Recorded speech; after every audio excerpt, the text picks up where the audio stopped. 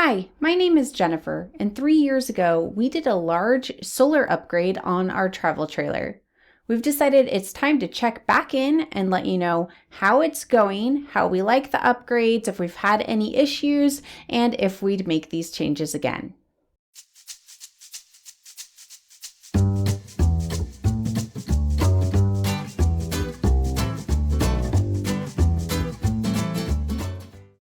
So first, let's do a quick recap of the changes that we made to our trailer.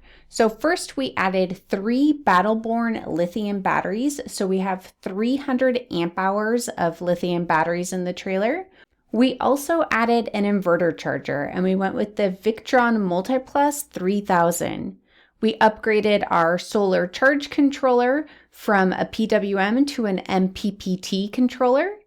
And we also added a solar panel, so we have 390 watts of solar on the roof. In addition to that, we also added the Serbo GX monitoring system, so we can see all the details of the solar system in a nice screen right inside our trailer. So now let's talk about how the system performed. Dry camping is a completely different experience with these solar upgrades. You're no longer roughing it. All the comforts that you have when you have full hookups, now we have all of those while we're dry camping, which feels really nice. So if we're camping in bad weather, if there's rain or if it's windy, we're not worried about it. We have a large enough battery bank that we're not relying on solar to top us off to be able to have a nice weekend out dry camping. So it's nice to have the solar, and that does help top off the batteries, but the 300 amp hours has been a large enough battery bank that we can go out even in bad weather and still not have to worry about electricity.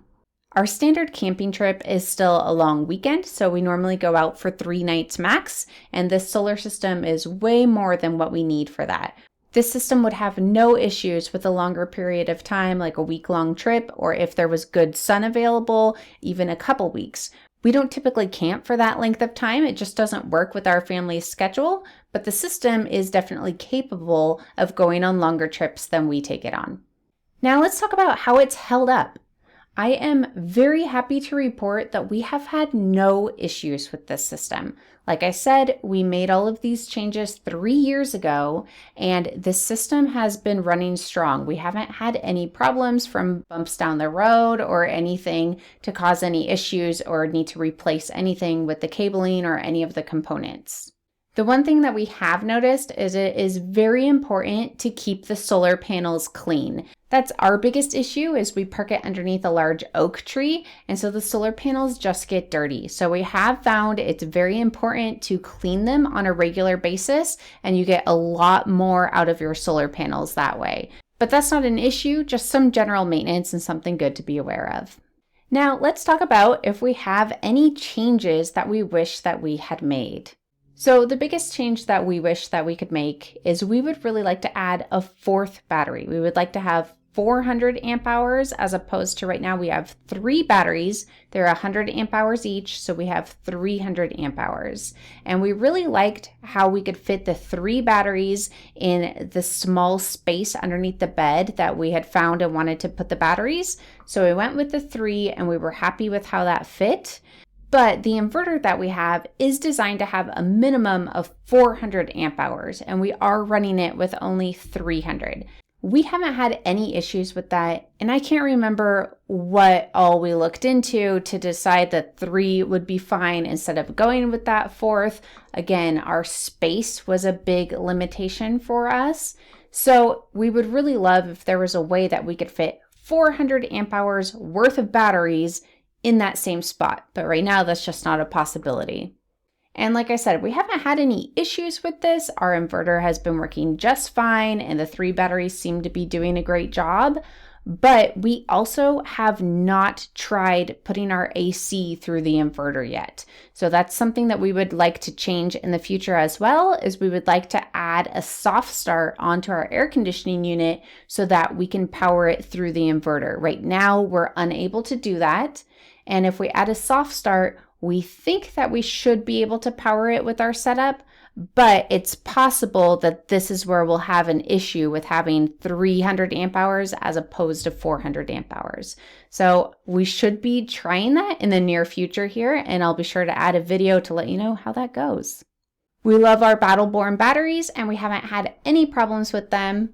If we were able to find a battery that allowed us to fit 400 amp hours in the same space, we would probably consider switching.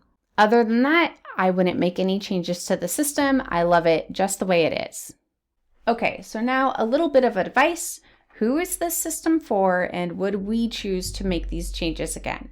So first, I think this system would be good for anybody who wants to be comfortable while dry camping. So if you want to go dry camping and be able to use your microwave, plug in your computer, maybe use a blow dryer, make some smoothies, not have to worry about plugging anything in, you could turn on the TV, you could do whatever you want, whenever you want.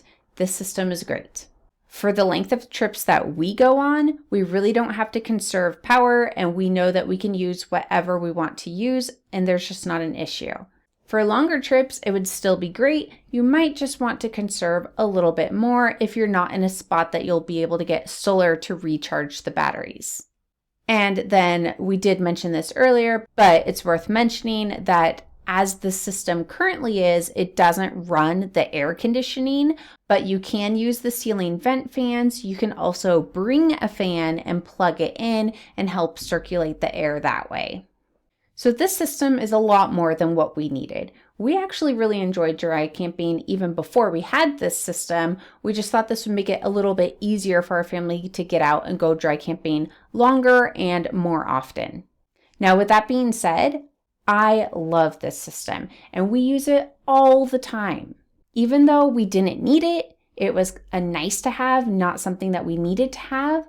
We really take advantage of having this system and we get a ton of use out of it. I would definitely go through adding this to any other trailer that we had in the future. I really like having this as a minimum, just so I know that we can go out camping and be comfortable no matter where we are. We could be in a parking lot, we could stop for lunch, go to a rest stop, or we could go dry camping and use whatever we want and just have a great time inside the trailer.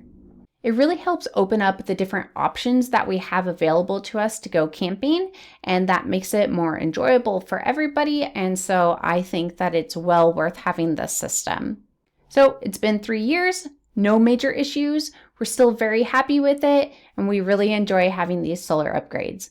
I hope this helped give you a better idea if upgrading the solar in your trailer would make sense for you and your family. If it helped, please subscribe. Thanks, and happy camping.